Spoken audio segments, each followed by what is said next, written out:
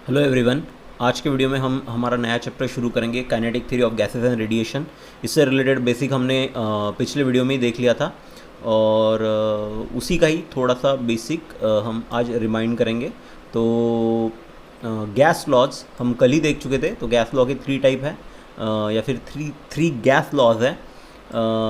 एक है Boyle's law, दूसरा है चार्ल्स लॉ, उसके बाद है गे लुकास लॉ या फिर प्रेशर लॉ। तो बॉयल्स लॉ कहता है कि जो भी वॉल्यूम है आपकी गैस का, जिसका मास फिक्स है, वो इन्वर्सली प्रोपोर्शनल रहता है उस गैस के प्रेशर को, okay, at a constant temperature.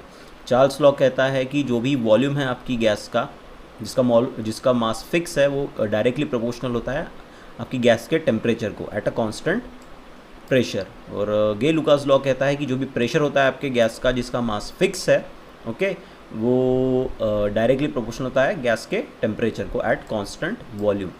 तो तीनों केसेस में जो भी मास है आपकी गैस का वो फिक्स है, ओके। इनक्लोज गैस मीन्स जो भी आपकी गैस कंटेनर में बंद है, ओके, उसका मास फिक्स है। अब इन तीनों इक्वेशन को कंबाइन करने के बाद हमें इक्वेशन 1 मिलेगा। इन तीनों लॉस को कंबाइन करने के बाद हमें हमारा ये इक्वेशन 1 मिलेगा, जो कहता है P V is directly proportional to T. या फिर टी को अगर हम इस तरफ गए, लेके आए लेफ्ट हैंड साइड की तरफ, तो यहाँ हमें मिलेगा P V by T is equals to constant, okay, is equals to what, is equals to constant. तो फिर हम इसे लिख सकते हैं P one V one by T one is equals to P two V two by T two is equals to P three V three by T three and so on. इसके बाद इसी इक्वेशन 1 को हम अगर proportionality sign हटाते हैं तो यहाँ पे आएगा एक प्रोपोर्शनलिटी कांस्टेंट जो कि है R, ओके।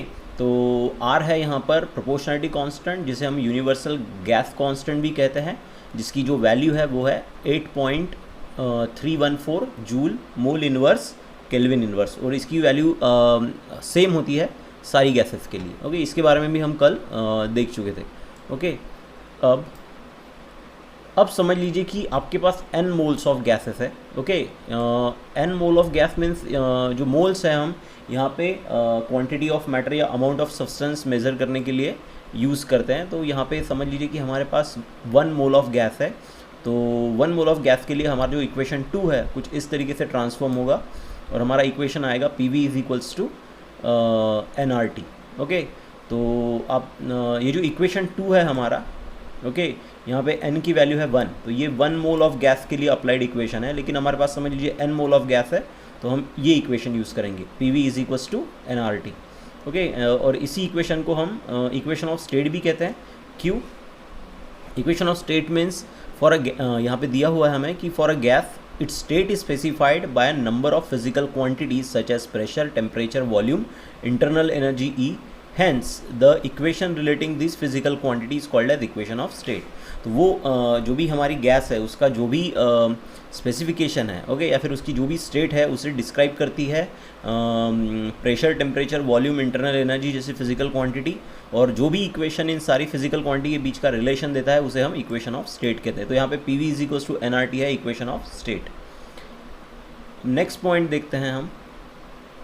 तो नेक्स्ट पॉइंट में दिया हुआ है कि समझ लीजिए n है आपके नंबर ऑफ मॉलिक्यूल्स, n है number of molecules of the gas. आपकी गैस में समझ लीजिए n नंबर ऑफ मॉलिक्यूल्स है और यहाँ पे Na है Avogadro number, okay. Avogadro number एक कांस्टेंट है, ओके, जो एवोगाड्रो नंबर बताता है हमें number of molecules present in 1 mole of gas, कि 1 मोल ऑफ गैस में, 1 मोल ऑफ गैस में जितने नंबर ऑफ मॉलिक्यूल्स रहेंगे, ओके, उसे ही हम एवोगाड्रो नंबर कहते हैं।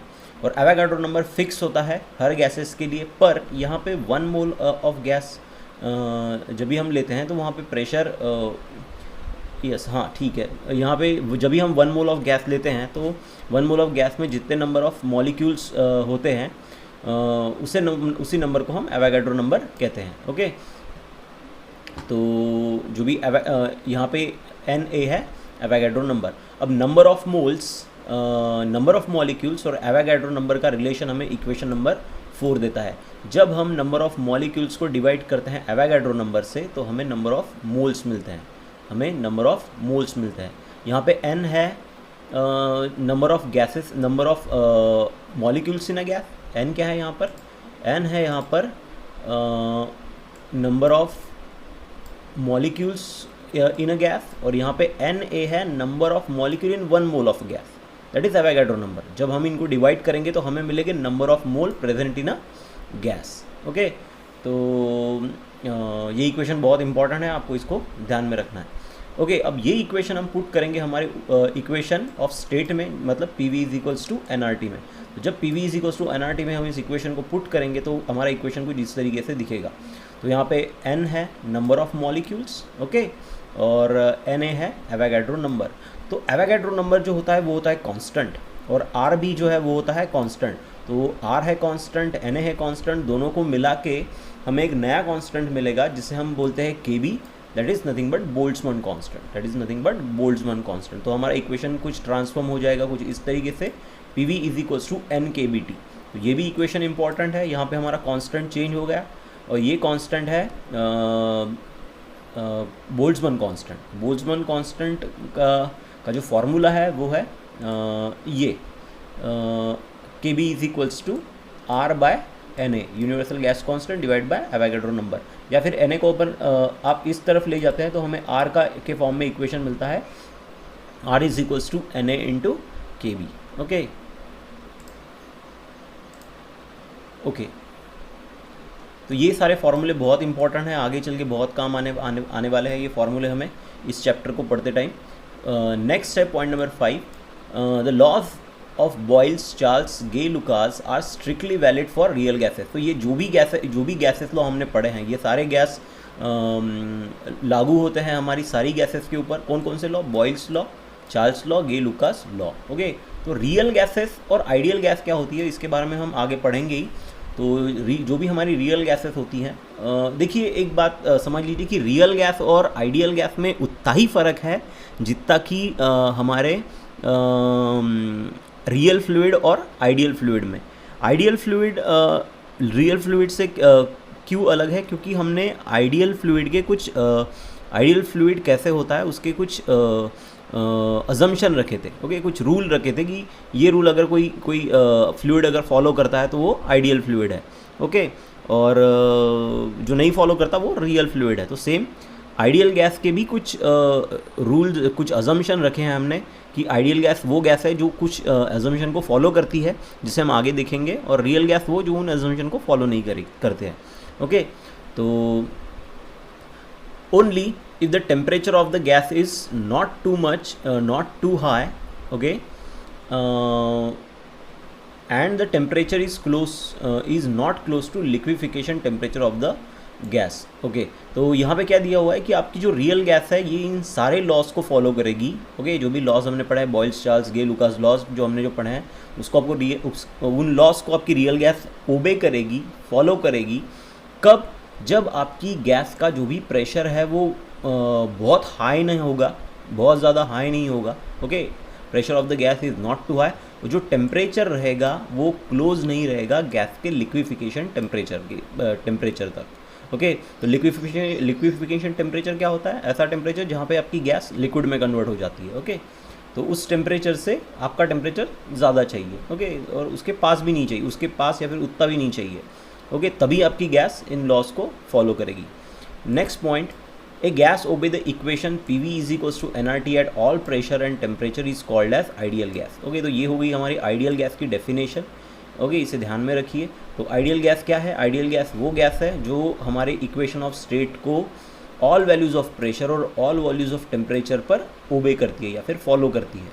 ओके, या फिर ये इक्वेशन हमारी जो भी गैस है आइडियल गैस, वो हमारी आइडियल गैस किसी भी टेम्परेचर पे हो, किसी भी प्रेशर पे हो। ओके, पर हमारी आइडियल गैस इस इक्वेशन को ओबे करेगी। ओके, तो ऐसी गैस को हम आइडियल गैस कहते हैं। नेक्स्ट, ओके, आपको एक और फार्मूला ध्यान में रखना है, ये फार्मूला बहुत इंपॉर्टेंट है। केमिस्ट्री में आपको ये फार्मूला काफ़ी बार इस्तेमाल करना पड़ता है। Okay, let me zoom it. तो ये फार्मूला है कुछ इस तरीके से कि number of mole is equals to, number of mole का हम ऑलरेडी एक फार्मूला पढ़ चुके हैं। लिखने से अच्छा मैं बैक जाके देख लेते हैं हम वो फार्मूला। ओके, ये फार्मूला हम देख चुके हैं। Okay, n is equals to Na by n upon Na, number of molecules, number of moles is equals to what, number of molecule in the gas divide by Avogadro number. ये एक formula तो हम देख चुके हैं, और एक दूसरा फार्मूला जो केमिस्ट्री में काफ़ी यूज़ किया जाता है, ओके, वो फार्मूला है n is equals to number of moles is equals to mass of the gas, okay, जो भी आपकी गैस का टोटल मास है divided by molar mass of the gas. Okay, molar mass is the mass of 1 mole of the gas. Molar mass किसे कहते हैं हम, जो भी 1 मोल ऑफ द गैस होता है उसका जो भी मास होता है उसे हम मोलर मास कहते हैं। ओके, तो ये फार्मूला भी आपको ध्यान में रखना है, ये न्यूमेरिकल सॉल्व करने के लिए बहुत काम में आएगा हमें। ओके, अब नेक्स्ट, अब बिहेवियर ऑफ गैस के बारे में कुछ पॉइंट पढ़ेंगे हम। ओके, तो बिहेवियर ऑफ गैस क्या है, तो बिहेवियर ऑफ गैस के बारे में जो भी गैस है हमारी उसे हम कैरेक्टराइज करते हैं प्रेशर, वॉल्यूम और टेम्परेचर इन फिजिकल क्वांटिटीज़ से। ओके, बस पहला पॉइंट वही है हमारा कि जो भी गैस है हमारी उसे हमने इनक्लोज किया है कंटेनर में। ओके, जो भी गैस है हमारी उसे हम किस में रखेंगे, जो भी गैस है हमारी उसे हम इनक्लोज करेंगे एक कंटेनर में। ओके, हमारी गैस जो है उसको हमने एक कंटेनर में इनक्लोज करके रखा है। तो ओके, सो कुछ इस तरीके का क्यूबिकल कंटेनर इमेजिन करना है हमें आगे चल के भी। ओके, तो इसके अंदर हमारी गैस इनक्लोज है। ओके, इसके अंदर हमारी जो भी गैस है वो इनक्लोज है। आगे तो क्या दिया है इस स्टेटमेंट में, इस लाइन में, कि जो भी हमारी गैस इनक्लोज है इस कंटेनर में, वो गैस को हम कैरेक्टराइज करेंगे या उस गैस को हम डिस्क्राइब करेंगे on the basis of what, on the basis of its temperature, its volume and temperature. Okay, कैसे डिस्क्राइब करेंगे हम उस गैस को जो भी हमारे कंटेनर में इनक्लोज है, प्रेशर, वॉल्यूम और टेम्परेचर इन फिजिकल क्वांटिटी के थ्रू। ओके, तो ये सारी फिजिकल क्वांटिटी कहलाती है माइक्रोस्कोपिक फिजिकल क्वांटिटी, और माइक्रोस्कोपिक फिजिकल क्वांटिटी कहलाती है ये सारी फिजिकल क्वांटिटी। कौन सी, प्रेशर, वॉल्यूम और टेम्परेचर। और या फिर और इस डिस्क्रिप्शन को हम कहेंगे माइक्रोस्कोपिक डिस्क्रिप्शन ऑफ गैस। तो macroscopic, it's not microscopic, it's microscopic, this is the macroscopic description of gas. और ये सारी फिजिकल क्वांटिटीज़ हैं मैक्रोस्कोपिक फिजिकल क्वांटिटी। तो मैक्रोस्कोपिक मीन्स ऐसी फिजिकल क्वांटिटी जिन्हें आप अगर जो भी मैटर है आपका वो बल्क में प्रेजेंट है, बल्क में मीन्स आप उसको अपनी निकेड आई से देख सकते हो, तो उससे रिलेटेड जो भी फिजिकल क्वांटिटीज़ है उसे हम कहेंगे मैक्रोस्कोपिक फिजिकल क्वांटिटी। ओके, तो प्रेशर, वॉल्यूम और टेम्परेचर ये सारी मैक्रोस्कोपिक फिजिकल क्वांटिटी है। हम एक एटम के लिए या एक मॉलिक्यूल के लिए प्रेशर, वॉल्यूम या टेम्परेचर नहीं निकाल सकते। ओके, तो हमें प्रेशर, वॉल्यूम या टेम्परेचर निकालने के लिए बहुत सारे मॉलिक्यूल्स चाहिए जिसके सेट को हम गैस कहेंगे यहाँ पर। तो बल्क में मैटर चाहिए, और बल्क में जो भी मैटर प्रेजेंट होता है उससे रिलेटेड जो भी फिजिकल क्वांटिटीज़ होती है उन्हें हम मैक्रोस्कोपिक फिजिकल क्वांटिटीज़ कहते हैं। ओके, और इस डिस्क्रिप्शन को हमने मैक्रोस्कोपिक डिस्क्रिप्शन ऑफ गैस कहा है। Next point, the particle of the gas molecule are in constant motion. तो जो भी हमारे गैस मॉलिक्यूल्स होते हैं, गैस के जो भी मॉलिक्यूल्स होते हैं वो कॉन्स्टेंटली मोशन में होते हैं। कॉन्स्टेंटली मीन्स वो रुके नहीं होते एक जगह, वो कॉन्स्टेंटली मोशन में रहते हैं। It is very difficult to understand the behaviour of gas in terms of motion of the single molecule. तो ये बहुत डिफ़िकल्ट है कि अगर हम सोचते हैं कि हमें पूरी गैस को अगर डिस्क्राइब करना है, पूरे गैस के बिहेवियर को डिस्क्राइब करना है, तो हम हर गैस के हर मॉलिक्यूल का बिहेवियर स्टडी करेंगे, उसकी मोशन स्टडी करेंगे, और तब जाके हमें पता चलेगा कि हमारी गैस का जो भी स्टेट है वो कैसी है। ओके, या फिर तब जाके हम अपनी गैस को कैरेक्टराइज कर सकेंगे। अगर हम ऐसा सोचते तो ये पॉसिबल ही नहीं है, क्योंकि गैस को स्टडी अगर करना है तो हमें सिंगल एटम की स्टडी हम वहाँ पे नहीं कर सकते। ओके, तो ये पॉसिबल ही नहीं है। और आप भी जानते हैं कि अभी हमने एवोगाड्रो नंबर जो है हमारा, एवोगाड्रो नंबर की जो वैल्यू होती है वो लगभग 10⁻23 पार्टिकल्स इन मीटर क्यूब। तो 1 मीटर क्यूब इतना अगर हमारे पास एक आधा क्यूब है, ओके, हमने एक क्यूब इमेजिन किया। ओके, ये समझ लीजिए हमारा क्यूब है। ओके, और इसकी जो साइड है, इसकी लेंथ है समझ लीजिए 1 मीटर, इसकी साइड है समझ लीजिए 1 मीटर।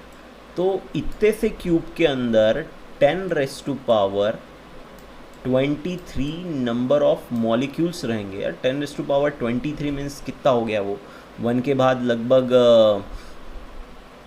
24 जीरोज आएंगे। That value is zillion zillion zillion या बिलियन बिलियन, इतनी वैल्यू होगी वो। तो दैट इज़ नॉट पॉसिबल। इतने सारे मॉलिक्यूल की स्टडी, एक गैस की स्टडी करने के लिए गैस में मौजूद इतने सारे मॉलिक्यूल की स्टडी करना पॉसिबल ही नहीं है। ओके, तो उसके लिए हम क्या करते हैं, उसके लिए हम कुछ अजम्पशन रखते हैं। ओके, जिस अजम्पशन को हम अजम्पशन बोलेंगे काइनेटिक थ्योरी ऑफ गैसेस के। आगे देखते हैं हम क्या क्या दिया गया है इसमें कि hence certain assumption are made regarding to the particle molecule of the gas. Okay, तो कुछ अजम्पशन हम रखते हैं हमारे जो भी पार्टिकल्स है हमारे गैस के, उसके लिए। ओके, उससे रिलेटेड कुछ अजम्पशन रखते हैं। ओके, और हम यहाँ पे क्या दिया है, average physical quantity over a large number of molecule involve are obtained. Okay, फिर से एक बात देखिए, average physical quantities over a large number of particle involve are obtained and these average are finally related with the microscopic parameter of the gas. तो हम क्या करेंगे, हम जो भी हमारे मॉलिक्यूल्स हैं, तो मॉलिक्यूल को कुछ तो भी वेलोसिटी होती है, उसका कुछ तो भी डिस्प्लेसमेंट होता है। ओके, उसका मॉलिक्यूल का कुछ तो भी डिस्प्लेसमेंट होता है, उसकी कुछ तो भी वेलोसिटी होती है, उसका मॉलिक्यूल का कुछ तो भी मास होता है। ओके, और या फिर हम कहेंगे उसका कुछ तो भी मोमेंटम होता है। तो ये सारी जो फिजिकल क्वांटिटीज़ है वो हमारे पार्टिकल से जुड़ी हुई है। ओके, कौन से पार्टिकल, गैस, हमारी गैस जिन पार्टिकल से बनी, या फिर जिसे हम मॉलिक्यूल कहेंगे। तो हम क्या करते हैं, ये जो भी हमारे गैस में कैसे billions of molecule, zillions of molecules है। ओके, या फिर जिलियंस ऑफ पार्टिकल है। हम क्या करते हैं, वहाँ पर हमारे पार्टिकल से रिलेटेड ये जो भी फिजिकल क्वांटिटी है, जैसे वेलोसिटी हो गई, मोमेंटम हो गई, हम उन सारी फिजिकल क्वांटिटी की एक एवरेज निकालते हैं। ओके, और एवरेज निकालने के बाद जो भी एवरेज फिजिकल क्वांटिटी हम एवरेज मिलती है हमें उन फिजिकल क्वांटिटी, जैसे कि एवरेज वेलोसिटी हो गई या एवरेज मोमेंटम हो गया, हम उसे रिलेट करते हैं हमारी microscopic parameters of the gas से। हम उन फिजिकल क्वांटिटी की जो भी एवरेज है उससे रिलेट करते हैं हमारे प्रेशर, वॉल्यूम और टेम्परेचर जैसी microscopic parameter of the gas से। और ये अप्रोच ही कहलाता है काइनेटिक थ्योरी ऑफ गैसेस। देखिए, काइनेटिक जो शब्द है ये रिलेटेड है मोशन से। तो हमारे जो गैस मॉलिक्यूल है, गैस में वो मोशन में रहते हैं, बराबर है, वो मोशन में रहते हैं। इसका मतलब उन्हें डिस्क्राइब करने के लिए हमें वेलोसिटी, मोमेंटम जैसी फिजिकल क्वांटिटी की ज़रूरत पड़ेगी। तो ये जो फिजिकल क्वांटिटी रिलेटेड है उन मॉलिक्यूल्स से, उन पार्टिकल्स से, गैस के पार्टिकल्स से। तो गैस में बहुत सारे मॉलिक्यूल्स हैं, तो बहुत सारी वेलोसिटी की वैल्यू हो गई, बहुत सारी मोमेंटम की वैल्यू हो गई। हम क्या करते हैं, उन सब की एवरेज लेते हैं, और उस एवरेज लेने के बाद जो भी एवरेज वेलोसिटी है, जो भी एवरेज मोमेंटम हमें मिलता है, हम उसे रिलेट करते हैं हमारे प्रेशर, वॉल्यूम और टेम्परेचर के साथ। ओके, जो कि है मैक्रोस्कोपिक फिजिकल क्वांटिटीज़। ओके, हम इसके बारे में आगे चल के एक्सप्रेशन भी देखेंगे। ओके, तो यही सी अप्रोच को हम काइनेटिक थ्योरी ऑफ गैसेस कहते हैं। काइनेटिक वर्ड यहाँ पे जुड़ा हुआ है मोशन से। ओके, अब नेक्स्ट टॉपिक है हमारा इसके बाद आइडियल गैस और रियल गैस। आइडियल गैस की डेफिनेशन हम ऑलरेडी देख चुके हैं। ओके, आइडियल गैस हम किसे कहते हैं? आइडियल गैस वो गैस है जो हमारे इक्वेशन ऑफ स्टेट को फॉलो करती है या ओबे करती है at all pressure and all temperature value. Okay, अब देखते हैं हम आइडियल गैस और रियल गैस के बारे में। अच्छे से समझना चाहिए, इसीलिए मैंने उसको डिफरेंस के फॉर्म में लिखा गया है। एक तरफ है हमारा आइडियल गैस, एक तरफ है हमारी रियल गैस। ओके, तो सबसे पहला पॉइंट तो हमें पता है कि आइडियल गैस वो है जो कि ओबे करती है equation of state. Okay, let me zoom it.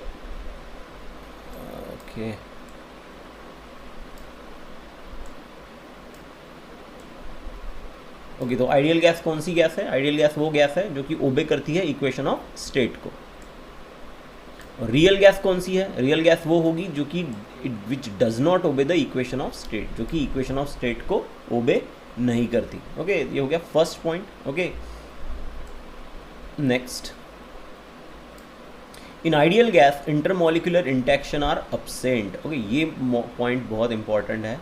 Okay, तो हमारी आइडियल गैस में जो भी इंटरमोलिकुलर इंट्रैक्शन होते हैं आर अब्सेंट, वो होते नहीं है। तो आइडियल गैस में क्या समझते हैं हम कि ये एक अजम्पशन है, जैसे कि हमने आइडियल फ्लूइड के केस में माना था कि हमारा आइडियल फ्लूइड कंप्रेसिबल नहीं होता, उसकी डेंसिटी चेंज नहीं होगी, उसकी विस्कोसिटी ज़ीरो रहती है, कुछ इस तरीके से हमने वहाँ पे अजम्पशन रखे थे। इसी तरीके से आइडियल गैस के लिए भी हमने अजम्पशन रखे हैं यहाँ पर कि आइडियल गैस वो होती है जहाँ पे इंटरमोलिकुलर इंट्रैक्शन अब्सेंट होते हैं या फिर इंटरमोलिकुलर इंट्रैक्शन नहीं होते।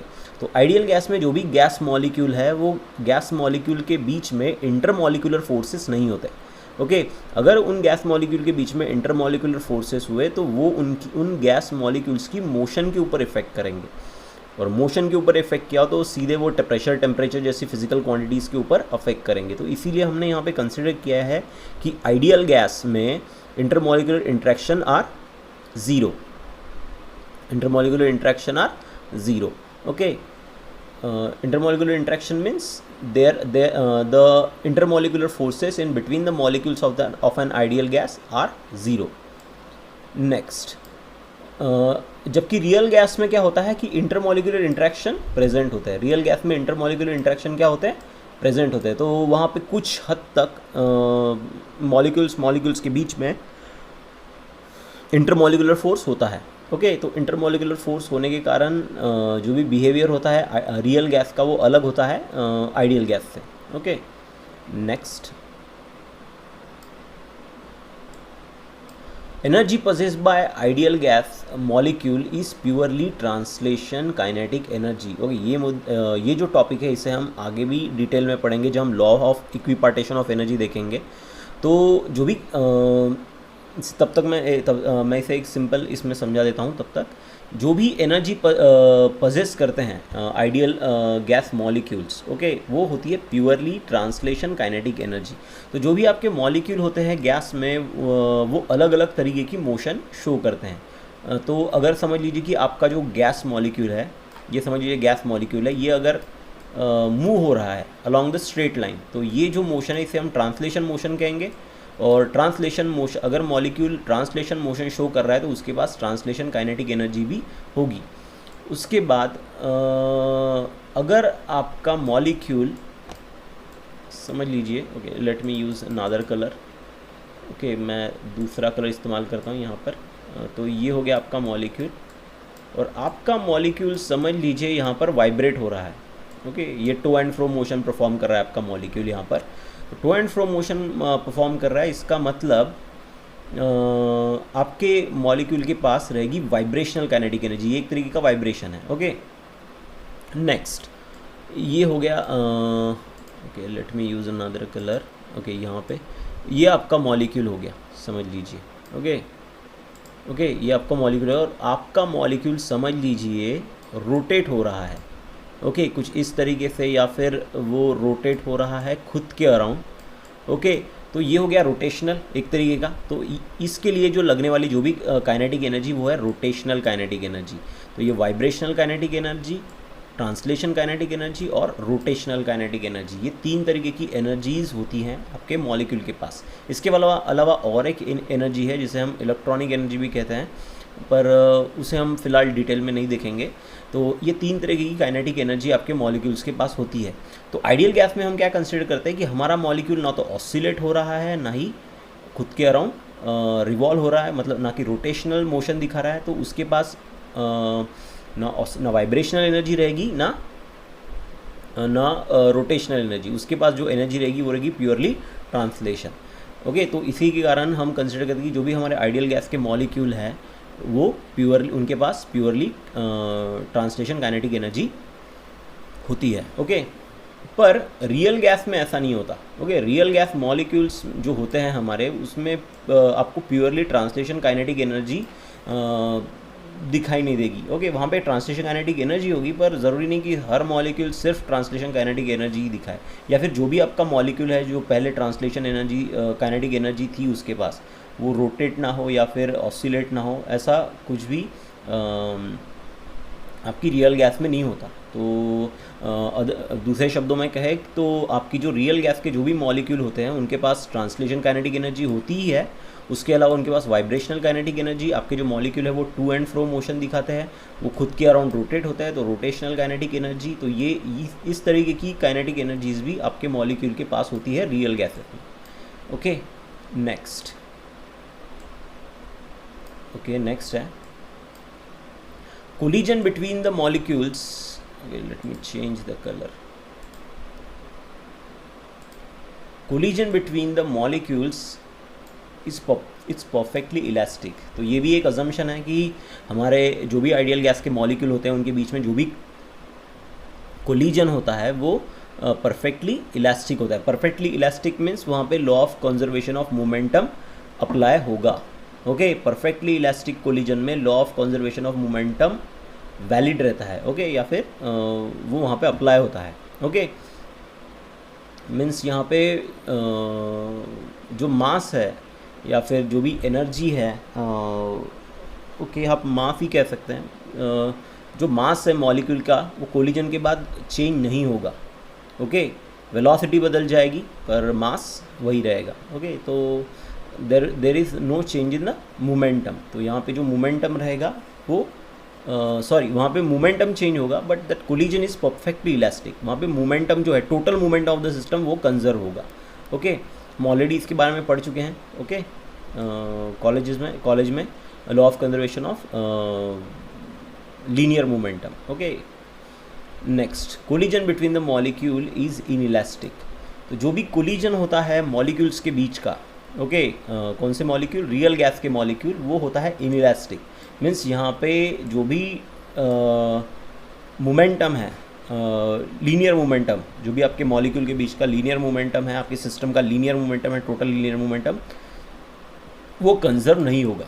ओके, तो ये डिफरेंस है हमारी रियल गैस और आइडियल गैस में। ओके, तो आपको शायद एक एग्ज़ाम में सवाल भी पूछा जा सकता है कि right the difference between real gas and ideal gas. तो आप इसी तरीके से कुछ लिख सकते हैं। नेक्स्ट एक नोट है यहाँ पर, दैट इज़ इम्पॉर्टेंट। ओके, अब इस नोट के हिसाब से अब इस नोट के हिसाब से क्या दिया गया देखते हैं कि आपकी जो रियल गैस है, okay, let me change the colour. Okay, आपकी जो रियल गैस है वो बिहेव करती है आइडियल गैस की तरह। ओके, आपकी जो रियल गैस है वो बिहेव करती है आइडियल गैस की तरह कब? जब आपकी गैस का जो भी प्रेशर है वो होगा लो और जो टेम्परेचर है वो होगा हाई। ओके, तो ये that thing is very important. Okay, तो आपकी जो रियल गैस है वो बिहेव करती है आइडियल गैस की तरह कब? जब आपकी गैस का प्रेशर होगा बहुत कम और जो टेम्परेचर रहेगा वो बहुत ज़्यादा रहेगा। Okay, so at that time your real gas is behave like a ideal gas. तो इस चीज़ को आपको ध्यान में रखना है। क्या होता है एक्चुअली लो टेम्परेचर और क्या होता है एट लो प्रेशर और हाई टेम्परेचर? ओके, कि आपकी जो रियल गैस है वो आइडियल गैस की तरह बिहेव करती है। उसका रीज़न ये है कि जो भी इंट्रैक्शन है मॉलिक्यूल के बीच का वो बहुत कम हो जाता है। ओके, दैट कि आपके मॉलिक्यूल एक दूसरे के साथ बहुत कम इंट्रैक्ट होते हैं। जो भी आपके इंटरमॉलिक्यूलर फोर्सेस है वो टेम्परेचर बढ़ने के कारण लगभग ख़त्म ही हो जाते हैं। ओके, तो उसी का रीज़न है ये यहाँ पे दिया हुआ है। At a low pressure and high temperature interaction between the atoms molecules are negligible. Pressure low है इसका मतलब क्या हुआ? प्रेशर लो है इसका मतलब हुआ कि आपकी गैस के आपके जो भी कंटेनर है, ओके, आपके कंटेनर के अंदर जो भी नंबर ऑफ मॉलिक्यूल्स है उनकी संख्या बहुत कम है, उसकी संख्या बहुत कम है। एक तो ये भी पॉसिबिलिटी है। लो प्रेशर का मतलब भी हुआ कि आपका जो कंटेनर है उसके अंदर जो नंबर ऑफ मॉलिक्यूल्स की जो संख्या है वो बहुत कम है, या फिर जो वॉल्यूम है आपके कंटेनर का वो बहुत ज़्यादा है, आपका कंटेनर बहुत बड़ा है, जिसके कारण जो भी आपका गैस का जो भी प्रेशर है, okay, that pressure is decrease. Okay, एक तो वॉल्यूम बढ़ा दीजिए या फिर नंबर ऑफ मॉलिक्यूल्स कम कर दीजिए, आपकी गैस का प्रेशर अपने आप कम हो जाएगा। ओके, तो these are the introductory part बोल सकते हैं इसे, इस टॉपिक्स को, जो भी टॉपिक हमने आज पढ़े हैं। Okay, so that's it for today. Thank you.